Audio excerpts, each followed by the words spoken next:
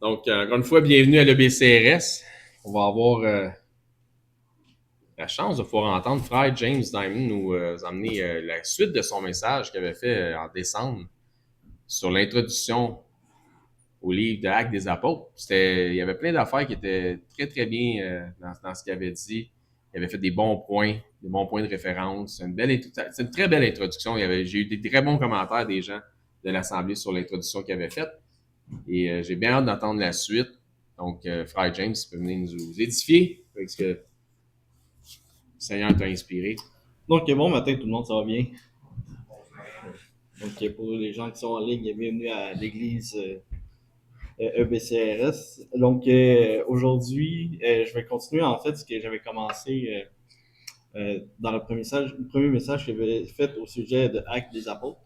En fait, je vais peut-être faire au niveau du livre, on va se promener dans le livre, là, c'est un peu sur les thématiques que j'avais déjà discutées dans le premier message. Ça peut faire un bout de temps, là, vous allez revoir le message pour voir où est-ce que je m'en vais là, pour la suite.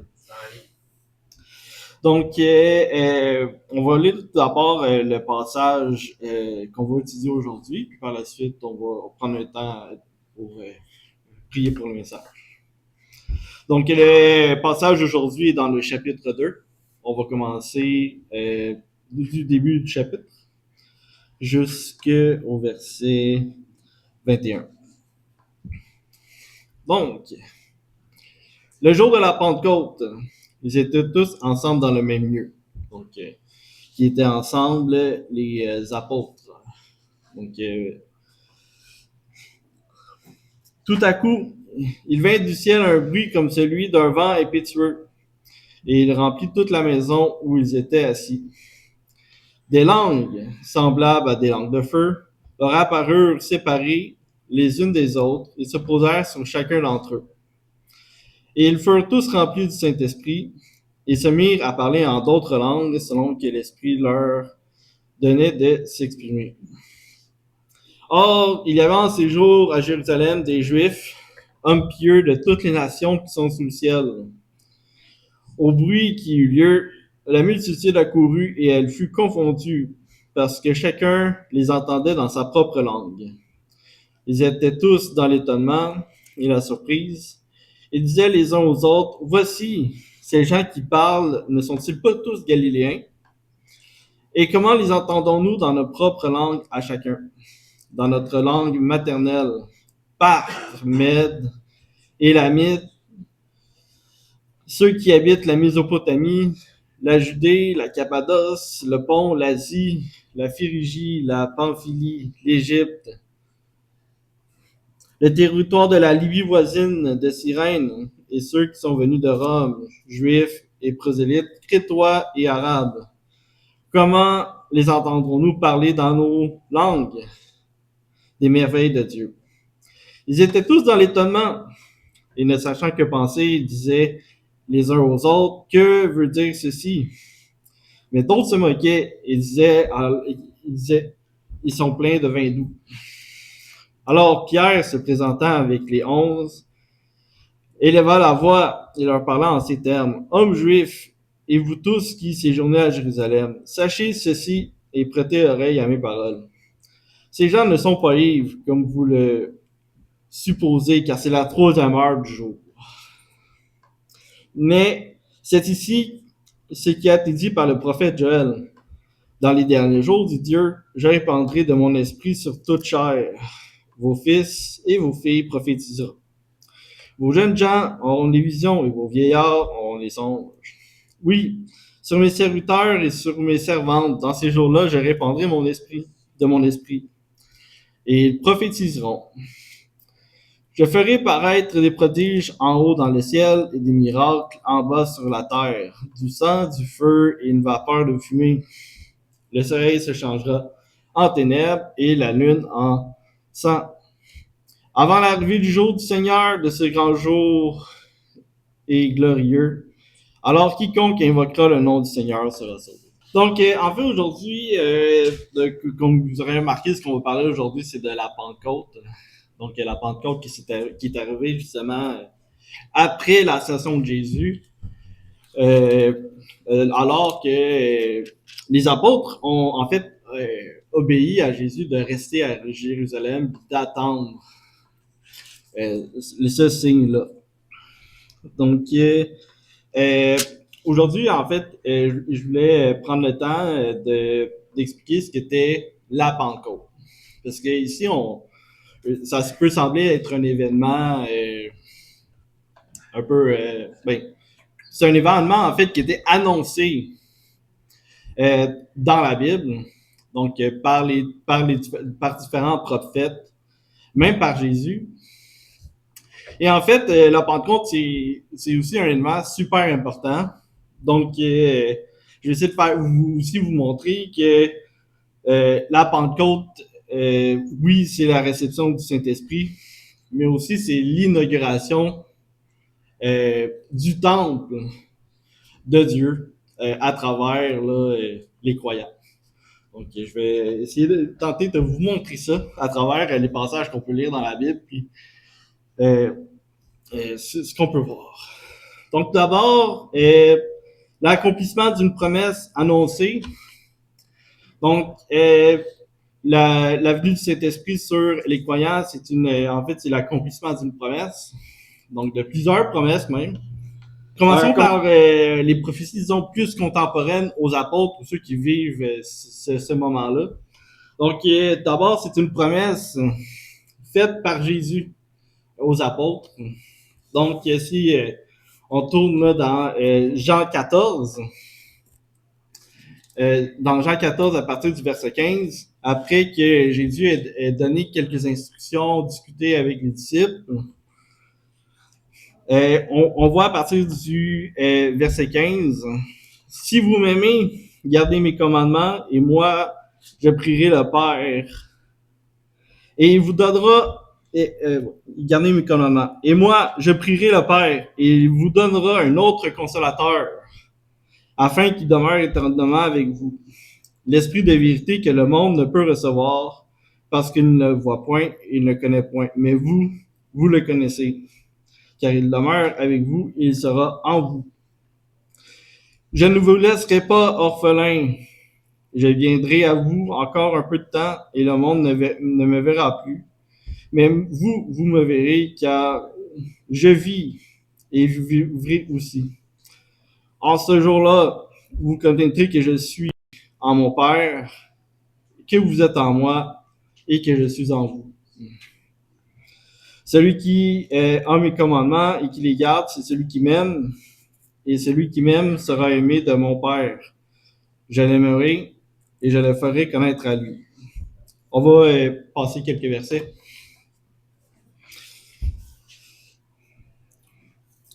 Je vous ai dit ces choses pendant que je demeure en vous, mais le Consolateur, l'Esprit Saint, que le Père enverra en mon nom, vous enseignera toutes choses et vous rappellera tout ce que je vous ai dit.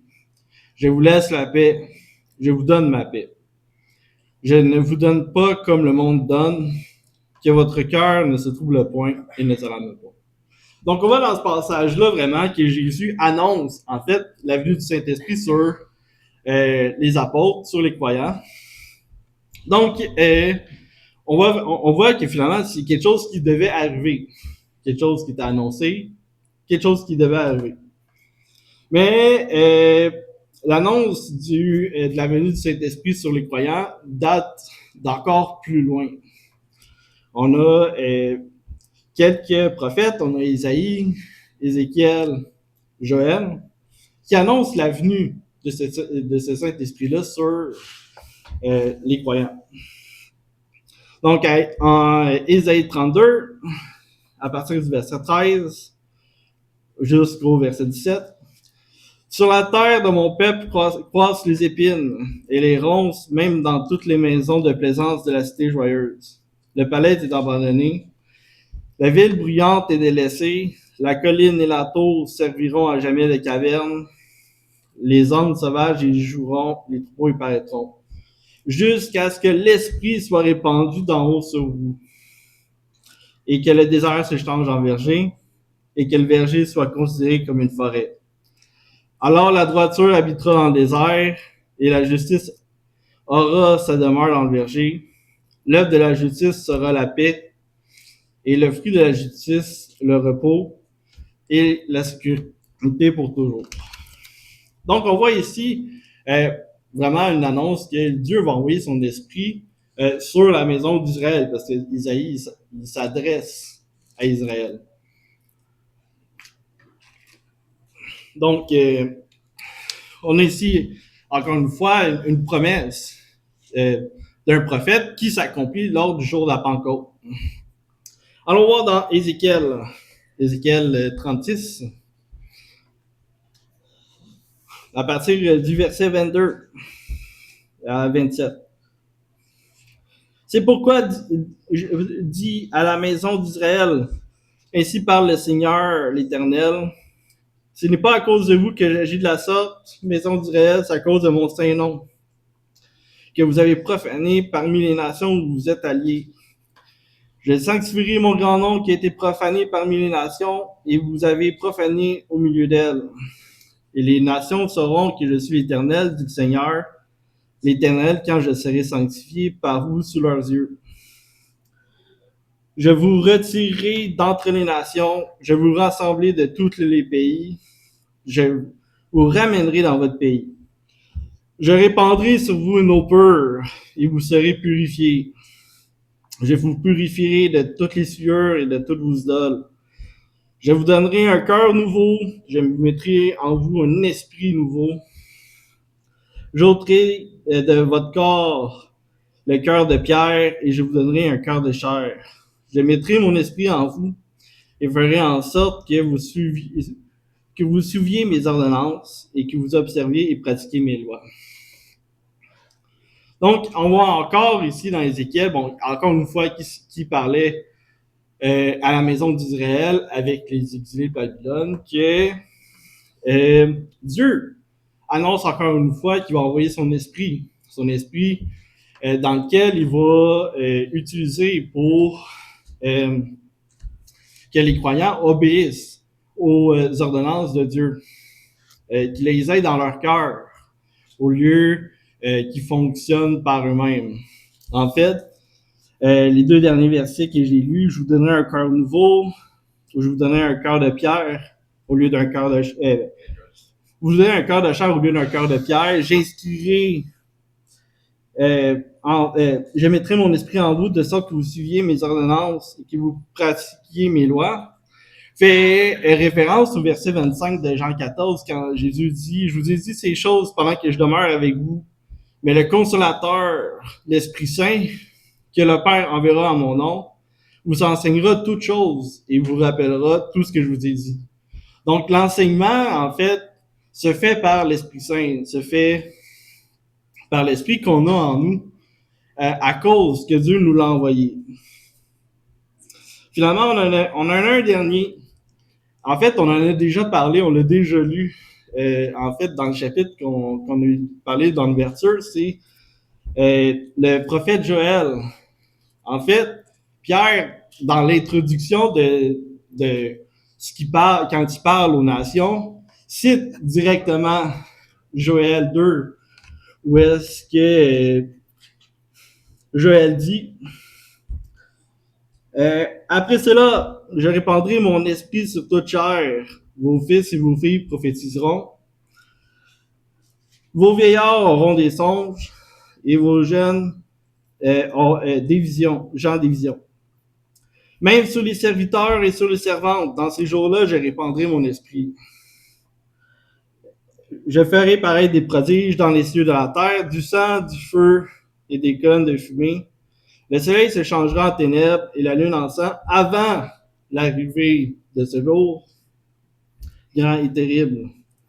Alors quiconque invoquera le nom de l'Éternel sera sauvé. Le salut sera sur la montagne de Sion et à Jérusalem. Comme a dit l'Éternel, et parmi les rachapés que l'Éternel rappellera. Donc, on voit ici vraiment que c'est quelque chose qui était annoncé. Et quand Pierre vient citer ici Joël, un peu à la manière que Jésus fait dans les évangiles, il annonce que ce jour-là a été accompli. Donc, Donc, en fait, la Pentecôte devait arriver. C'est arrivé. Et ce jour-là ne reviendra pas. Maintenant, on va passer un peu à la deuxième partie, Donc, ce que je veux aussi vous parler, c'est qu'en fait, la Pentecôte, c'est pas juste, ben oui, c'est la venue du Saint-Esprit avec nous qui va inscrire les lois de Dieu dans nos cœurs, mais aussi c'est l'inauguration du temple de Dieu, le temple de Dieu que les croyants sont devenus à partir de ce moment-là. Donc, pour vous montrer un peu, je vais juste relire un peu acte 2, donc les premiers versets. Ayez l'image en tête, on va le revoir. Le jour de la Pentecôte, ils étaient tous ensemble dans le même lieu. Tout à coup, il vint du ciel un bruit comme celui d'un vent impétueux, et il remplit toute la maison où ils étaient assis. Des langues semblables à des langues de feu leur apparurent, séparées les unes des autres, et se posèrent sur chacun d'eux. Donc, c'est ce symbole-là du feu qui est apparu sur chacune des personnes qui étaient présentes dans la maison. En fait, on retrouve cette imagerie-là dans plusieurs autres passages de la Bible où on inaugure la résidence de Dieu. Première fois que c'est arrivé, c'est lors de l'inauguration du tabernacle. En Exode 40, les versets 34 à 38. Juste pour donner un peu de contexte, Moïse fait tout ce que Dieu commande pour inaugurer le temple. Donc, il place tout ce qu'il a à placer. Et on lit à partir du verset 34 de Exode 40. Alors, la nuée couvrit la tente d'assignation, la tente où Dieu avait ordonné, où il va avoir sa présence. Et la gloire de l'Éternel remplit le tabernacle. Moïse ne pouvait pas entrer dans la tente d'assignation parce que la nuée était au-dessus et que la gloire de Dieu remplissait le tabernacle. Aussi longtemps que durait leur marche, les enfants d'Israël partaient quand la nuée s'élevait au-dessus le tabernacle, et quand la nuée ne s'élevait pas, ils ne partaient pas, jusqu'à ce qu'elle s'éleva. La nuée de l'Éternel était de jour sur le tabernacle, et de nuit il y avait un feu. Et aux yeux de toute la maison d'Israël pendant toute leur marche. Donc on voit ici vraiment la présence de Dieu qui vient habiter le tabernacle, le lieu d'adoration de Dieu pendant l'Exode.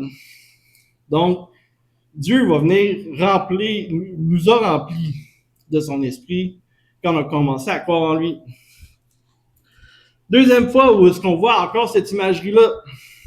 Donc, inauguration du temple de Salomon dans 2 Chroniques 7. Lorsque Salomon eut achevé de prier, le feu descendit du ciel et consuma l'holocauste et les sacrifices. Et la gloire de l'Éternel remplit la maison. Les sacrificateurs ne pouvaient entrer dans la maison de l'Éternel, car la gloire de l'Éternel remplissait la maison de l'Éternel. Tous les enfants d'Israël virent descendre le feu et la gloire de l'Éternel sur la maison.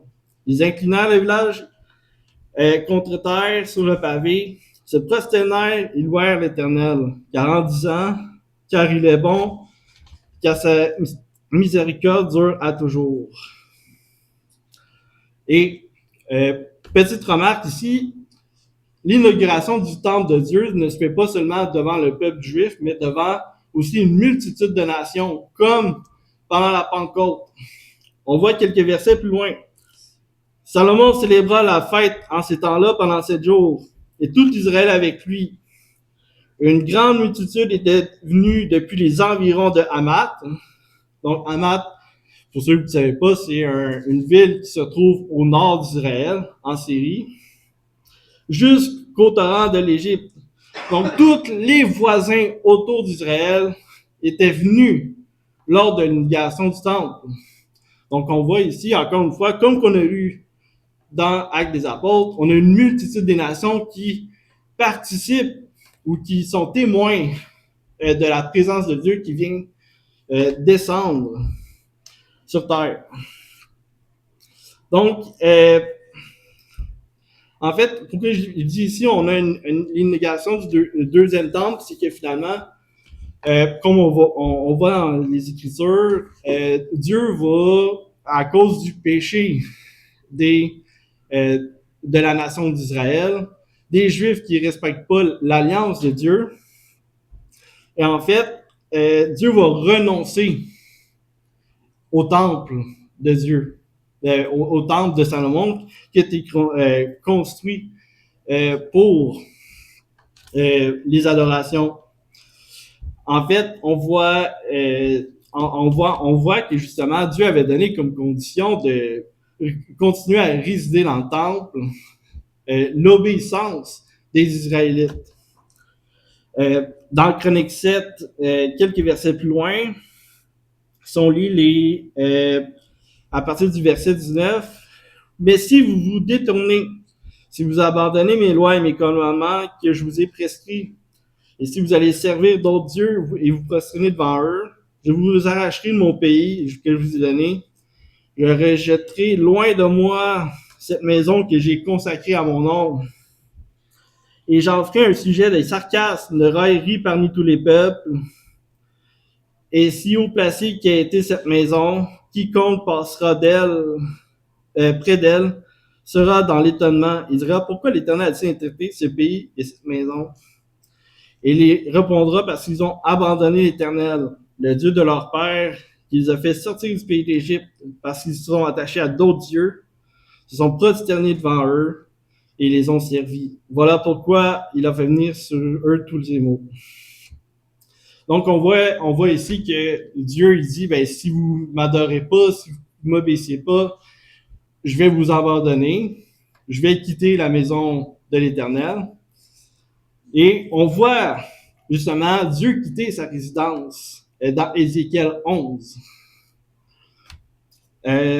Donc ici, là, dans Ézéchiel 11, on voit, en fait, on a dans les premiers chapitres d'Ézéchiel, on voit une imagerie assez symbolique là, de la gloire de Dieu. Donc qu'on décrit dans le premier chapitre d'Ézéchiel. Donc, Ézéchiel, chapitre 1, à partir du verset 4. J'aurais regardé, et voici, il vint du septentrion un vent impétueux, une grosse nuée, une gerbe de feu qui répandait de tous les côtés, une lumière éclatante, au centre de laquelle brillait comme l'airain poli, sortant du milieu du feu. Au centre encore apparaissaient 4 animaux dont l'aspect avait une ressemblance humaine. Chacun avait 4 faces, chacun avait 4 ailes, leurs pieds étaient droits, et plantes de leurs pieds étaient comme celles du veau, ils étincelaient comme les reins polis. Ils avaient des mains d'hommes sous les ailes, à leurs 4 côtés, et tous les 4 avaient leurs faces et leurs ailes. Donc, donc leurs ailes étaient jointes l'une à l'autre. Ils ne se tournaient point en marchant, mais chacun marchait droit devant soi. Quant à la figure de leur face, ils avaient tous une face d'homme, tous 4 une face de lion à droite, bœuf à gauche, et tous 4 une face d'aigle. Donc, ici, ce qu'on essaie de représenter dans la vision d'Ézéchiel, c'est en fait le trône de Dieu, la gloire de Dieu, ici qui est représentée par la nuée, le feu et les chérubins qui entourent son trône. Dans le chapitre 11, où on voit la gloire de Dieu quitter le temple de Salomon, donc les versets 22 à 25, les chérubins déployèrent leurs ailes, accompagnés des roues, et la gloire du Dieu d'Israël était sur eux en haut. La gloire de l'Éternel s'éleva du milieu de la ville, et elle se plaça sur la montagne qui est à l'orient de la ville. Donc, en fait, l'Esprit m'enleva et me transporta en Chaldée auprès des captifs, en vision par l'Esprit de Dieu. Et la vision que j'avais eue disparut d'au-dessus de moi. J'ai dit aux captifs les paroles que l'Éternel m'avait révélées. Donc, dans le fond, ici, ce qu'on voit vraiment, c'est la gloire de Dieu quitter Jérusalem, quitter Sion et renoncer au premier temple qui servait comme lieu d'adoration. Donc, tantôt, je vous ai dit que la Pentecôte, en fait, c'était l'inauguration du temple de Dieu. Mais, il y en a, il y en a qui pourraient interpréter, donc quand on lit Ézéchiel, que finalement, il y aurait un deuxième temple de Dieu. Donc, bon, si je suis un peu Éric, là, des mercredis soirs des enseignements minéralistes, si on serait minéraliste, on croirait qu'un deuxième temple de Dieu serait construit, on y adorerait Dieu, et que finalement, la gloire de Dieu va revenir dans ce deuxième temple-là. Donc, on pourrait peut-être croire qu'un deuxième temple va être construit. Mais je crois que ce qu'on essaie de montrer ici avec la Pentecôte, c'est que ce deuxième temple-là, c'est le peuple de Dieu. Le peuple de Dieu dont l'Esprit va descendre sur lui. En fait, on aurait pu croire aussi que le deuxième temple, c'est le temple qui a été restauré par Zorobabel dans Esdras 6. On voit que je ne dirai pas les passages, mais on voit Zorobabel avec le retour de l'exil des Juifs à Jérusalem, reconstruire le temple, faire la prière de Salomon que Salomon a fait à l'inauguration du premier temple, faire les mêmes holocaustes que l'inauguration du premier temple. Mais dans le texte, on voit que la gloire de Dieu ne descend pas sur le temple. On arrête pratiquement l'histoire au moment où est-ce que les fêtes ont lieu, sans vraiment dire que la présence de Dieu est descendue sur ce temple-là et l'est consacrée comme sa résidence. Donc, c'est une évidence ici que finalement, le temple qui a été restauré n'est pas le deuxième temple attendu dans Ézéchiel, et que finalement, on voit là, par les imageries que je vous ai montrées, et celles qu'on voit dans Acte 2, que le feu est descendu sur chacun des apôtres, et que Dieu a consacré les apôtres, les croyants, comme son temple, à partir duquel on va l'adorer. Donc, je vous ai déjà parlé, donc prophétie sur le deuxième temple, donc Ézéchiel 40 à 48, là, on voit un multiple détails du deuxième temple, où est-ce qu'Ézéchiel suit un homme, puis il donne tous les détails, toutes les mesures. Faire attention aux interprétations millénaristes, dans le sens où est-ce que je crois pas qu'on doit attendre un deuxième temple, une deuxième représentation physique de Dieu qui va venir s'installer sur terre. Ça a été accompli à la Pentecôte. Amen. Donc, la Pentecôte, vraiment, c'est un moment d'importance parce que c'est pas des promesses qui viennent s'accomplir, mais aussi c'est l'inauguration du temple sur le peuple de Dieu, sur les apôtres. Donc, j'espère qu'aujourd'hui, vous l'avez appris un petit peu sur qu'est-ce que la Pentecôte. Donc, finalement, c'est un événement qui a été annoncé par Jésus et certains prophètes. Et je vous ai exposé un peu pourquoi je pense que finalement la Pentecôte, c'est l'inauguration du deuxième temple annoncé dans les Écritures. Je vais conclure mon message ici sur 2 versets. Donc, un verset qui se retrouve à la fin du chapitre 2, où est-ce que Pierre conclut son allocution devant les nations. Pierre leur dit, « Repentez-vous et que chacun de vous soit baptisé au nom de Jésus-Christ pour le pardon de vos péchés. Et vous recevrez le don du Saint-Esprit, car la promesse est pour vous, pour vos enfants et pour tous ceux qui sont au loin, en aussi grand nombre que le Seigneur, notre Dieu, les appellera. » Et pour finir, 1 Corinthiens 6, versets 19 et 20. « Ne savez-vous pas que votre corps est le temple du Saint-Esprit qui est en vous, que vous avez reçu de Dieu et que vous n'appartenez point à vous-même, car vous avez été rachetés à un grand prix. glorifiez donc Dieu dans votre corps et votre esprit qui appartiennent à Dieu. Amen. Merci, frère James. Et quelle belle finale. Ils ont amené tout ça pour nous ramener dans 1 Corinthiens 6. J'avais déjà ouvert ma Bible, je savais pas qu'il était pour arriver là. Je voulais paraître intelligent, mais c'est déjà fait. Oh, wow. C'est incroyable. Merci, merci. Très, très édifiant. Acte 2.17. Hey, Acte 2.17, lorsque ça réfère à Joël, donc je viens de mes commentaires. Lorsque ça réfère à Joël, dans Acte 2.17, ça dit que on a vu ça. Quand est-ce qu'on a vu ça? Il y en a qui étaient là mercredi passé. On a parlé justement de ce passage-là. Donc, ceux qui se souviennent, qui étaient là mercredi passé, dans les enseignements de mercredi, ça dit dans les derniers jours, dit Dieu, je répandrai mon esprit sur toute chair. On a pris ce passage-là parce que plusieurs personnes, des fois, tu vois sur Internet, ils disent hey, on est dans les temps de la fin, là, on est vraiment dans les derniers temps, je pense qu'on est vraiment dans les derniers temps. Il y a des signes, là, on est dans les derniers temps. Puis qu'est-ce qu'on a appris du mercredi passé? C'est que Pierre cite le prophète Joël pour dire on est dans les derniers temps. Puis dans les derniers temps, pour Pierre, c'était là à la Pentecôte, après l'ascension de Jésus. Parce qu'il dit, Joël a dit, dans les derniers jours, dans le dernier temps, dit Dieu, j'ai répandrai mon esprit. Puis Pierre, il dit, cette prophétie-là de Joël s'accomplit aujourd'hui. Donc, depuis quand qu'on est dans les derniers temps? 2000 ans. Fait que chercher des signes pour savoir si on est dans les temps de la fin, des derniers temps, ça fait 2000 ans qu'on est dans les temps de la fin. Parce que tu as le siècle présent puis le siècle à venir. Et puis dans ce siècle présent, eh bien, tu as Jésus qui est venu, puis Jésus qui va revenir.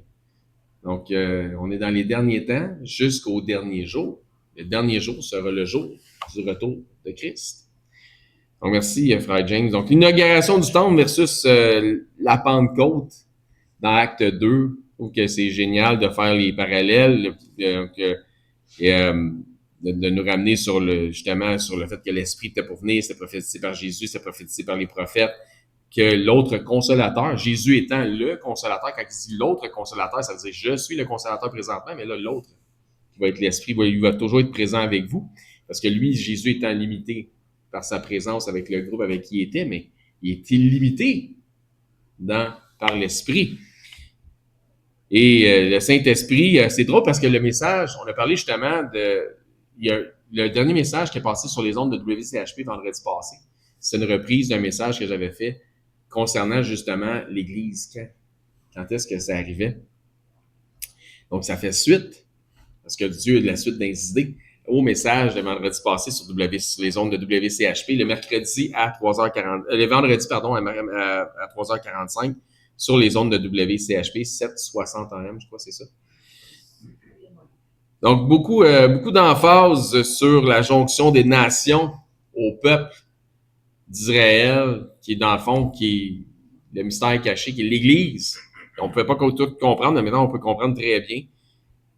Donc, avec les parallèles faits dans Ézéchiel, l'inauguration du temple, l'Église de David, tu sais, l'inauguration du temple et l'Église, j'ai déjà fait les parallèles en disant, c'est un peu comme David qui avait déjà préparé tous les matériaux. Parce que David disait, hey, je vais être dans la maison de Dieu, dans le temple de l'Éternel tout le temps, mais il n'y avait pas de temple. Il y avait le silo ou Siloé ou peu importe. Il y avait le tabernacle. Mais la vision de David, c'est qu'il a dû bâtir un temple à Dieu, puis finalement, il est décédé sans le faire parce que Dieu n'a pas permis. Mais il a permis qu'il ramasse tous les matériaux. Puis Salomon a pris tous les matériaux, a fait construire le temple, et après ça, l'inauguration du temple. Mais le temple était construit avant l'inauguration. La dernière pierre, le dernier travail d'artisan était déjà fait avant l'inauguration. Donc, les matériaux étaient déjà là. C'est un peu comme Jésus-Christ, quand il est venu bâtir son ministère, il a ramassé les matériaux. Parce qu'il a dit, je bâtirai mon église. Donc, il est en train de ramasser les matériaux, puis commencer le fondement. Et la pierre de fondement, c'est Jésus-Christ. C'est la pierre anglaise. C'est super. J'ai vraiment apprécié. Donc, belle étude avec beaucoup de recherches, beaucoup de références. J'ai hâte d'entendre la troisième partie. Il y aura une troisième partie, n'est-ce pas? Excellent. Excellent. Donc, avec beaucoup de recherches, beaucoup de références bibliques. Deuxième temple, troisième temple, premier temple, temple de Salomon. Quand Salomon construit avec les matériaux que son père avait mis en place. Le deuxième temple d'Esdras, les gens vont... Parce que des fois, tu vas dire le temple de Salomon, on va dire, ah non, c'est le temple d'Esdras. C'est une reconstruction sur les ruines. Donc, c'est comme une rénovation, une réparation. Fait qu'effectivement, tu as un temple, tu peux dire le deuxième temple, celui d'Esdras, on va comprendre de quoi tu parles. Puis, si jamais je dis c'est le temple de Salomon, viens pas faire semblant de pas comprendre qu'est-ce que je veux dire, parce que non, c'est le temple d'Esdras. On n'a pas besoin de se mélanger, là, comme ça. C'est le temple de Dieu, finalement.